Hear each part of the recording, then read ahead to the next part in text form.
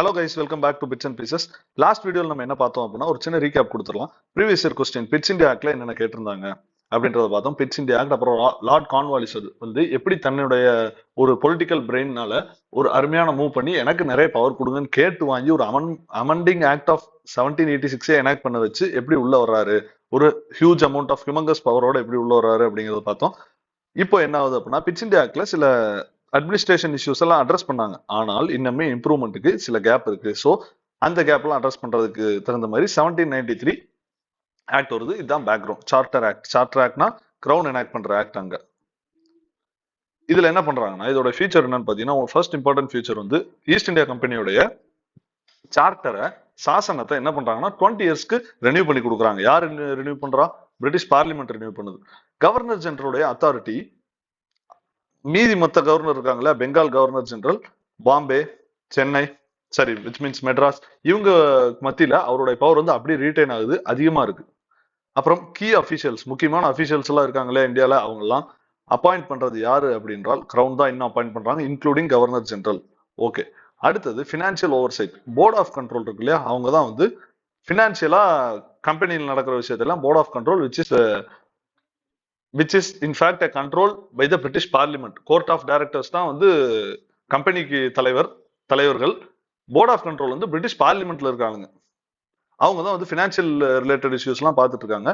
இதோட exact position என்ன அப்படின்னு பாத்தீங்கன்னா கவர்னர் ஜெனரலுடைய பவர், அதிகமான பவர் கொடுக்குறாங்க. வார் அண்ட் பீஸ் டிக்ளேர் பண்றதுக்கு அதிகமான பவர் வந்து கவர்னர் ஜெனரல் கைக்கு போகுது. ஒருவேளை கவர்னர் ஜெனரலோட கவுன்சில் வந்து ஒரு முரண்பாடு கருத்து சொல்றாங்க, ஒரு வாருக்கு நம்ம போலாம் அப்படின்னா கவர்னர் ஜெனரல் கவுன்சில் வந்து வேணாம் அப்படிங்கிறாங்க. கவர்னர் ஜெனரல் வேணும்னு நினைக்கிறாரு அப்படின்றால் கவர்னர் ஜெனரல் தானாக முடிவெடுத்து கொள்ளலாம் அப்படிங்கிற மாதிரி ஒரு கன்சென்சஸ், நீங்களும் சரின்னு சொன்னாதான் போகணும் அப்படின்ற மாதிரி இல்லாம கவர்னர் ஜெனரல் தன்னிச்சையா முடிவெடுக்கக்கூடிய சிச்சுவேஷன்ல கவர்னர் ஜெனரல் தனியா முடிவெடுத்துக்கலாம் அப்படின்னு சொல்றாங்க. எப்போனா எமர்ஜென்சி சிச்சுவேஷன்ல. ஓகே. அதிகமான பவர், இதுல இருந்தே நமக்கு தெரியுது அதிகமான பவர் வந்து கவர்னர் ஜெனரல் கொடுக்கப்படுறாங்க.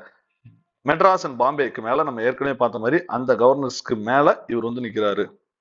யாரு? Governor general of Bengal. அப்புறம் டியூவல் கவர்மெண்ட்டை பேன் பண்றாங்க. பெங்கால்ல டியூவல் கவர்மெண்ட் ஃபோர்ஸ்ல இருந்துச்சு. Separate civil and military powers.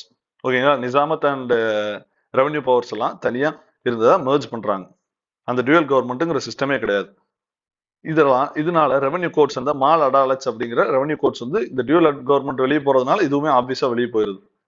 அதுக்கப்புறம் கம்பெனி ரிலேட்டடா இந்த ஆக்ட் என்னென்ன சொல்லுது அப்படின்னு பாத்தீங்கன்னா, ஒண்ணு, போர்ட் ஆஃப் கண்ட்ரோலோட கம்போசிஷன் வந்து மாறுது. இப்ப எவ்வளவு அப்படின்னு பாத்தீங்கன்னா 2+2, 1+2, ஒரு பிரசிடென்ட் அப்புறம் 2 ஜூனியர் மெம்பர். ஓகேங்களா? அடுத்தது 20 வருஷம் எக்ஸ்டென்ஷன் நம்ம அது பார்த்தோம். அதுதான் ரொம்ப முக்கியம். 20 வருஷம் வந்து மோனோபோலி, ட்ரேட் மோனோபோலி எக்ஸ்டெண்ட் பண்றாங்க. அப்புறம் இதோட முக்கியமானது சேலரிஸ் எல்லாம் நீங்க வந்து போர்ட் ஆஃப் கண்ட்ரோல் உங்களை பாத்துக்கிறது சிம்பிளா பாத்தீங்கன்னா கம்பெனி வந்து இந்தியால சம்பாரிச்சுட்டு இருக்காங்க. கம்பெனி ஒழுங்கா பண்றது இல்ல, ஒழுங்கா வேலை பார்க்கறது இல்லைன்னு பாக்குறதுக்கு போர்ட் ஆஃப் கண்ட்ரோல் ஒன்று பிரிட்டிஷ் பார்லிமெண்ட் மெம்பர்ஸால இருக்கவங்க வந்து இந்த கம்பெனியை கண்ட்ரோல் பண்ணணும் அப்படின்னு சொல்லி ஒரு செக் வைக்கிறாங்க. இந்த போர்ட் ஆஃப் கண்ட்ரோலுக்கு சம்பளம் கொடுக்கறதே இனிமேல் ஈஸ்ட் இந்தியா கம்பெனி தான் கொடுக்கணும் அப்படிங்கிற மாதிரியும் கொண்டு வந்துடுறாங்க இந்த ஆக்ட்ல 1793. Okay. Staffs, board of control எல்லாம் சேலரி இங்க இருந்து போகுது. அடுத்தது இதெல்லாம் போக கம்பெனி வந்து பிரிட்டிஷ் கவர்மெண்ட்டுக்கு வருஷம் 5 லட்சம் ரூபாய் காசு கட்டணும் அப்படின்னு சொல்லி கொண்டு வர்றாங்க. இது எப்படி இருக்குன்னா, இந்தியாவில சம்பாதிப்ப, ஆனா நீ வந்து பிரிட்டிஷ் கவர்மெண்ட்டுக்கு காசு கட்டுவ, டாக்ஸ் வந்து பிரிட்டிஷ் கவர்மெண்ட்டுக்கு கட்டுவ. இது எப்படி இருக்கு பாருங்களேன். ஓகே. அதுக்கப்புறம் கண்ட்ரி ட்ரேட், இந்த கம்பெனி இருக்காங்களா ஈஸ்ட் இந்தியா கம்பெனி, அவங்களுக்கு ஏதாச்சும் பண்ணணும், எல்லா இதையுமே பிரிட்டிஷ் கவர்மெண்ட்டே எடுத்து வச்சுன்னா இவங்களுக்கு ஏதாச்சும் பண்ணணும் அப்படிங்கிறதுக்காக கம்பெனிக்கு வந்து ஒரு பவர் கொடுக்குறாங்க. என்னன்னா, நீங்க வந்து லைசன்ஸ் வந்து கிராண்ட் பண்ணிக்கலாம், உங்களுக்கு அந்த அத்தாரிட்டி இருக்கு. யார் யாருக்கு? உங்களுடைய கம்பெனி அபிஷியல்ஸ் இருக்காங்களா, கிட்டத்தட்ட ஃப்ரீ பாஸ் மாதிரி. எதற்கு அப்படின்னா ட்ரேட் பண்ணிக்கலாம் அப்படின்னு. இந்த மூலமா தான் ஓபிஎம் எல்லாம் வந்து சைனாக்கு எக்ஸ்போர்ட் ஆகுது. இங்க இருந்து ஒர்க் பண்றாங்க நம்ம East India Company officers, British officers என்ன பண்றாங்கன்னா இந்த ப்ரிவிலேஜ் மூலமா, இந்த ட்ரேட் ப்ரிவிலேஜ் மூலமா இங்க இருந்து கேண்டான் போர்ட் வழியா, கேண்டான் போர்ட்டுங்கிறது சைனால இருக்கு, சைனாக்கு ஓபிஎம்லாம் இங்க இருந்து எக்ஸ்போர்ட் பண்ணிட்டு இருக்காங்க. இதனால நமக்கு பிரிட்டிஷ்க்கு என்ன அட்வான்டேஜ் பாத்தீங்கன்னா, பவர் அருமையா கன்சாலிடேட் ஆகுது. பிரிட்டிஷ் பார்லிமெண்ட் கையில எல்லா கயிறும் போகுது, கண்ட்ரோல் பண்றதுக்கான கயிறு, கண்ட்ரோல் அதிகமா பண்றாங்க. கவர்னன்ஸ்ல ஒரு அருமையான கிளாரிட்டி கிடைக்குது. எல்லாத்தையுமே ஒரு அக்கௌண்டபிளா கொண்டு வர்றாங்க கவர்னர் ஜெனரல் எல்லாத்தையுமே. ஏன்னா டியூவல் கவர்மெண்ட்ல அபாலிஷ் ஆகுது இல்லையா, இங்க பாருங்களேன் இப்படி இருக்கு இந்தியன்ஸோட நிலைமை. இந்தியன்ஸ்க்கு இன்னமே ரெப்ரசன்டேஷன்ங்கிறது கிடையாது. இந்தியன்ஸ்க்கு கவுன்சில் ஆக்ட்ஸ்ல தான் இந்தியன்ஸ் ரெப்ரசன்டேஷனே வரும். இன்னும் ரெப்ரசன்டேஷன் கிடையாது. Economic exploitation. ஏன்னா இப்ப போர்ட் ஆஃப் கண்ட்ரோலுக்கான சம்பளம் வருஷம் 5 லட்சம் ரூபா டாக்ஸ் வந்து இங்க இருந்து போகணும் அப்படிங்கிறது மூலமா எல்லாத்தையுமே நம்ம தலையில தான் வந்து சுரண்டிப்பாங்க. எக்கனாமிக்கலா அருமையா எக்ஸ்ப்ளாய்ட் பண்றாங்க.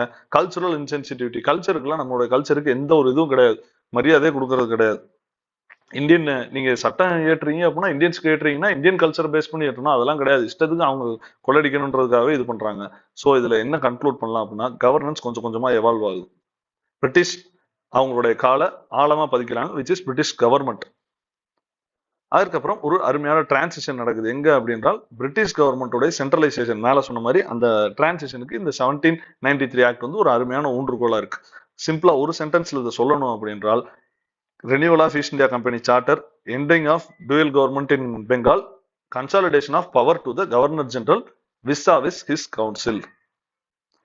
அண்ட் இதெல்லாமே நீங்க வந்து பாட்காஸ்ட்ல ஸ்பாட்டிஃபைல கேட்டிருக்கலாம். கொஞ்சம் கொஞ்சமா அப்லோட் ஆயிட்டு இருக்கு. இதுல மிஸ் ஆகுறதெல்லாம் அதுல வந்து ஈஸியா போட்டிருப்போம். அதுக்கான லிங்க் வந்து கீழே இருக்கு. And don't forget to subscribe, share and comment.